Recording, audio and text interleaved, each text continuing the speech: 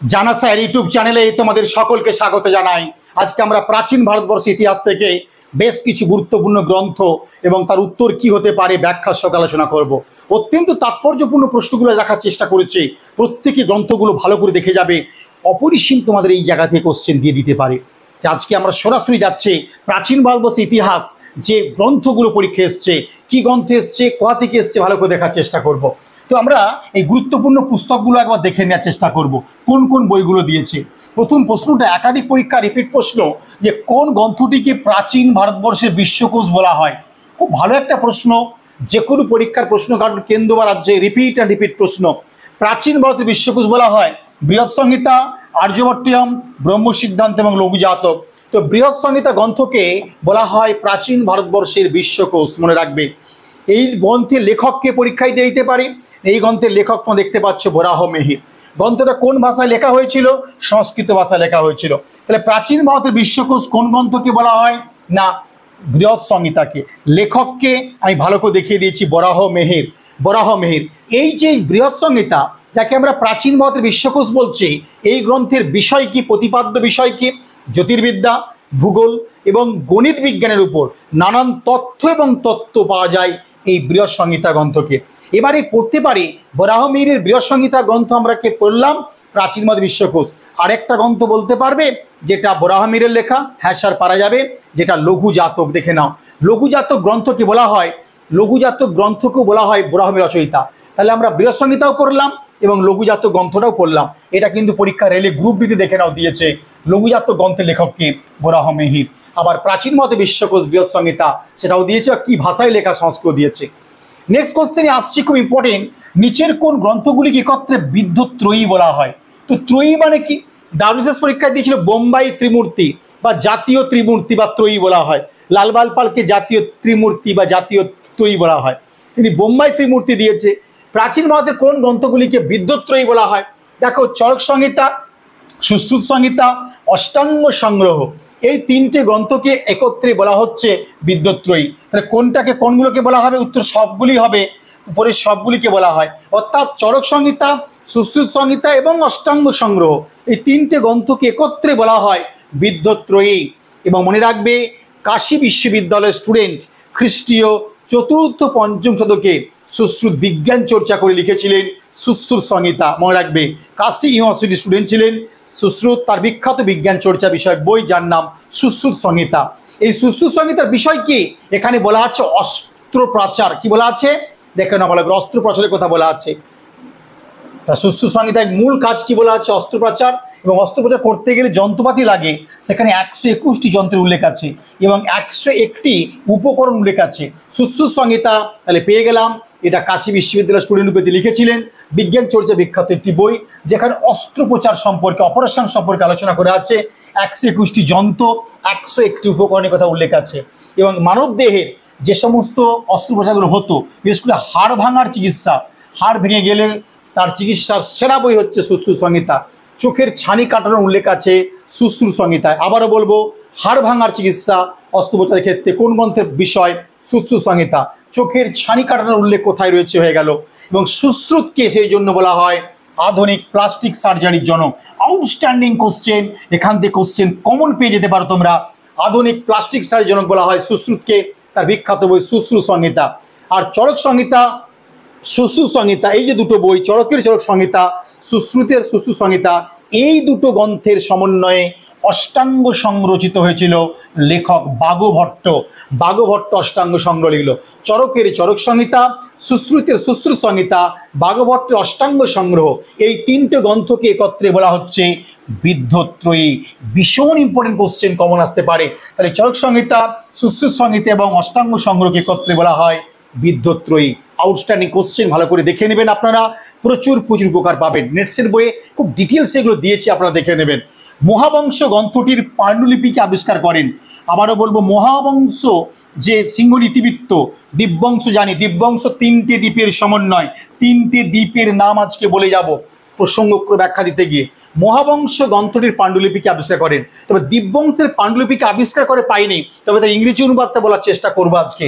তাহলে মহাবংশ গ্রন্থটির পাণ্ডুলিপিকে আবিষ্কার করেন, অপশন দিয়েছি ইউজিন বার্নুড, আলেকজান্ডার জনস্টন, এডওয়ার্ড অফহাম এবং জর্জ টার্নো। প্রত্যেকটা ব্যক্তির নাম কিন্তু আসবে, খেয়াল করে ব্যাখ্যা দিয়েছি।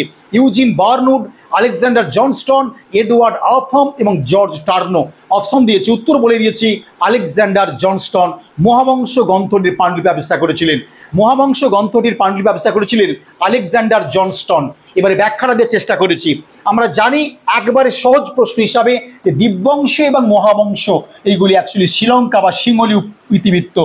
দীপবংশ মহাবংশ থেকে কৃতিত্ব জানা যায়, তোমরা সকলেই জানো, মৌর্য সম্রাট অশোক এবং তার পরবর্তী অনেকের জীবন বৃত্তান্ত নিয়ে রচিত হয়েছিল সিংহলি গ্রন্থগুলো।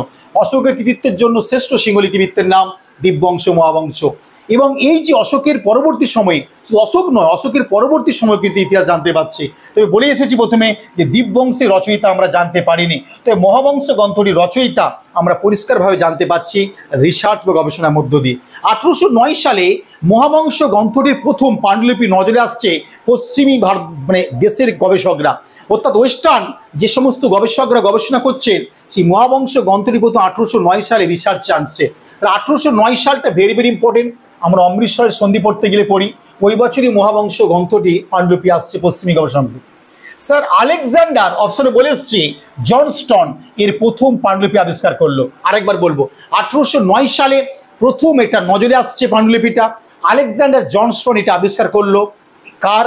মহাবংশ পাণ্ডুলিপিটা আবিষ্কার করে ফেললো, যার নামটা বলেছি আলেকজান্ডার জনস্টন। অপশন উত্তরে আমি দেখিয়েও দিয়ে চলে এসেছি।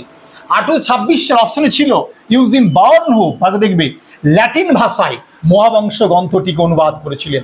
1833 ভালো করে মনে রাখবে, এডওয়ার্ড অফহ্যাম মহাবংশ গ্রন্থটি ইংরেজি অনুবাদ করেন। এই দুটো তথ্য ল্যাটিন ইংরেজি নেট সেটের জন্য আপনারা দেখে রাখবেন। তবে এটা আসতে পারে যে মহাবংশ গ্রন্থটি কি সিংহলি ইতিবৃত্ত, দীপবংশ কি সিংহলি ইতিবৃত্ত, বা মহাবংশ গ্রন্থটির পাণ্ডুলিপিকে আবিষ্কার করে আলেকজান্ডার জনস্টন। এই পর্যন্ত রেখে দিবেন ভালো করে, অন্তত যারা ফুল সার্ভিস দেবেন। নেট শেষ না খেয়াল করবেন যে মহাবংশ গ্রন্থটির পাণ্ডুলিপি আবিষ্কার যে করার পরে ল্যাটিন ভাষায় অনুবাদ করে দিচ্ছে ইউজিন বার্নহাম, এবং 1833-তে এডওয়ার্ড অফহ্যাম ইংরেজি অনুবাদ করছে। 1809 পাণ্ডুলিপি প্রথম নজরে আসছে, 1826 ল্যাটিন অনুবাদ হচ্ছে, 1833-তে ইংরেজি অনুবাদ হচ্ছে। ল্যাটিনে করলেন ইউজিন বার্নহুপ, নামটা বারো বলে যাচ্ছে খেয়াল করবেন, এবং মহাবংশ ইংরেজি অনুবাদ করেছিলেন এডওয়ার্ড অফহ্যাম 1833। সবচেয়ে বড় কথা 1837 অশোকের যে বছর শিলালিপি প্রথম মানুষ পড়ছে জেমস প্রিন্সের, এবং দেখো তৃতীয় চার্টার এক সব দেখো সালগুলো লিঙ্ক দেখে নাও। 1837-এ ইতিহাসবিদ জর্জ টার্নো অপশনে কিন্তু দিয়েছে, দেখবে গ্রন্থটিকে প্রকাশ করেছিলেন। তাহলে ইংরেজি অনুবাদটা করছেন 1833, কে করছেন? এডওয়ার্ড অফহ্যাম। এবং 1837 4 ইয়ার্স পর জর্জ টার্নো গ্রন্থটি প্রকাশ করেছিল। নীলদর্পণ 1860-এ ঢাকা শহর থেকে প্রথম প্রকাশ পেল। দীনবন্ধু মিত্র লিখেছিল নীলদর্পণ, তাই না? সেটা ইংরেজি অনুবাদ করছেন মাইকেল মৌসুম দত্ত, জেমস লং সাহেবের নামে ছেপে দেওয়া হয়েছিল। ইংরেজি অনুবাদটা প্রকাশ করছে এডওয়ার্ড অফহ্যাম, কিন্তু ইংরেজি অনুবাদটা প্রকাশ করছেন জর্জ টার্নো, তার আমলে প্রকাশ হয়। সালগুলো খেয়াল করবেন, প্রশ্ন কমন পেতে প্রবল সম্ভাবনা। 1912 সালে মহাবংশ গ্রন্থটির জার্মান অনুবাদ হয়েছিল, করেছিলেন উইলহেম গেইলার। এই অনুবাদগুলো খেয়াল করবে, বিভৎস পরিমাণ নেট পরীক্ষা কোশ্চেনগুলো দিয়ে দিচ্ছে, আদার্স রাজ্যের সেলের কোশ্চেন ঘাটবে দিয়ে দিচ্ছে। উইলহেম গেইলার প্রথম মহাবংশ গ্রন্থটির জার্মান অনুবাদ। তাহলে মহাবংশ গ্রন্থ প্রথম রিসার্চ 1809, সেটা পাণ্ডুলিপি আবিষ্কার করলেন আলেকজান্ডার জনস্টন হয়ে গেল।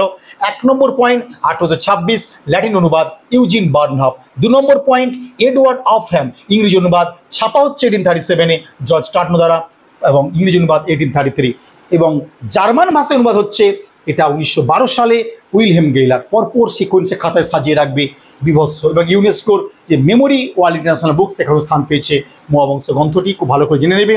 তবে দীপবংশ গ্রন্থটি প্রথম কিন্তু পাণ্ডুলিপি না পেলেও আমরা অনুবাদের জায়গাটা পেয়ে যাচ্ছি 1879 সালে হারম্যান ওল্ডেনবার্গ দ্বারা সম্পাদিত ইংরেজি অনুবাদটা প্রকাশ পেয়েছিল। আর এই দীপবংশে যে 3টে দ্বীপ আছে, ভালো করে মনে রাখবে, সেই বুদ্ধের 3টে জনপ্রিয় দ্বীপ, দ্যাট ইজ দ্য দীপবংশ। 3টে দ্বীপের নাম বলে দিয়েছি, কেলাউনিয়া, দেববাপিয়া, রাজা মহাবিহার এবং শ্রীপদ। এই শ্রীপদ, কেলাউনিয়া এবং এই দেববাপী মহাবিহার, এই 3টে ছিল গৌতম বুদ্ধের প্রিয় দ্বীপ। 3টে দ্বীপের নামে দীপবংশ।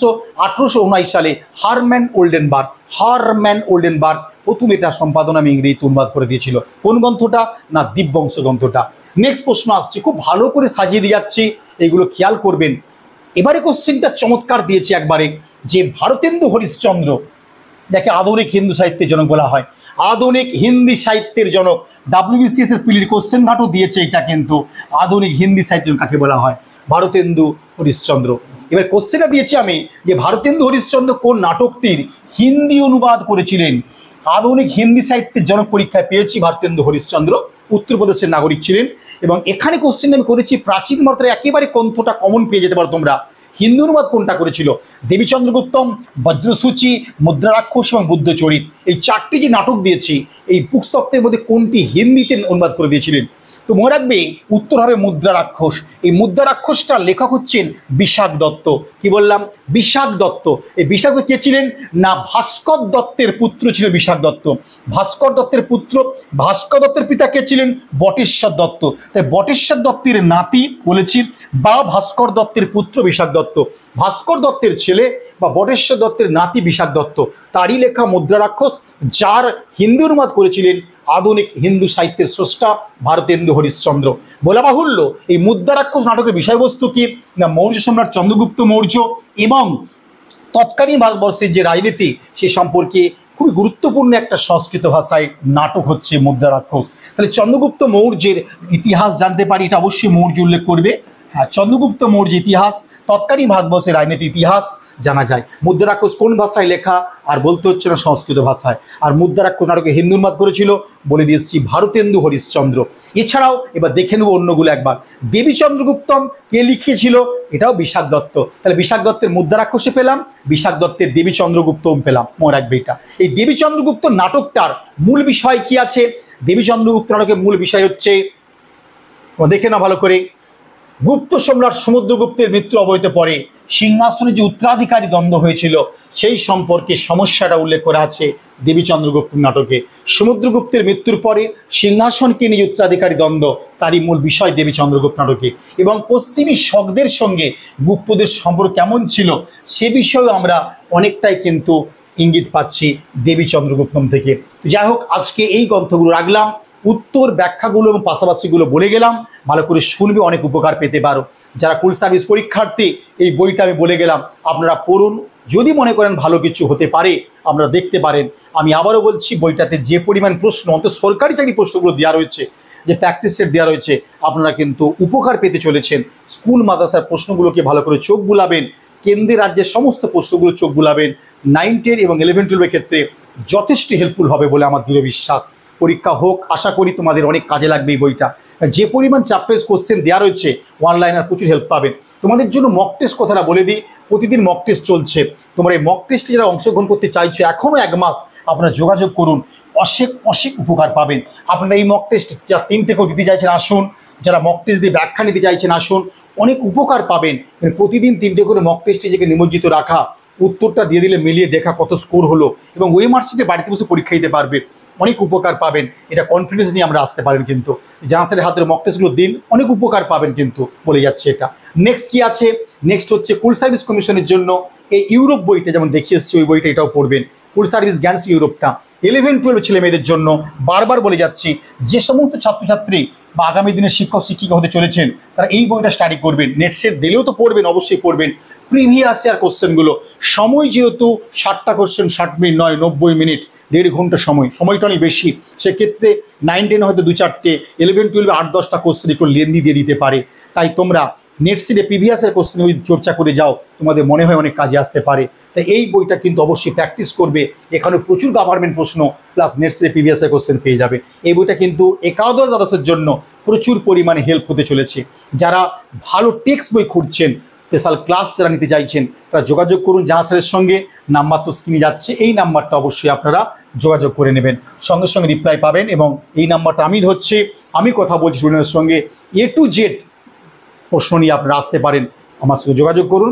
এবং যারা WBCS দেবেন, এরকম গ্রন্থগুলো জানবেন, IAS and WBCS এর জন্য ইন্ডিয়ান হিস্ট্রি বইটা কিনবেন। যথেষ্ট তাৎপর্যপূর্ণ বই, প্রচুর ছাত্রছাত্রী পড়ছে বইটা। আর এই বইটা পশ্চিমবঙ্গের কোনো বিকল্প নেই। আপনারা নতুন এডিশন বইটা কিনুন, তাহলে বুঝতে পারবেন নেটসের পরীক্ষার জন্য শুধু নয়, স্কুল সার্ভিসের টপিকগুলো সিলেবাস ধরে এখনও 1 মাস রিডিং দিতে পারেন, প্রচুর ইনফরমেশন আপনাকে হেল্প করতে পারে। আজকে এই পর্যন্ত রইল। কেমন লাগলো ভিডিও জানাবে, পরবর্তী ভিডিও আবার দেখা হচ্ছে। ওকে, বাই।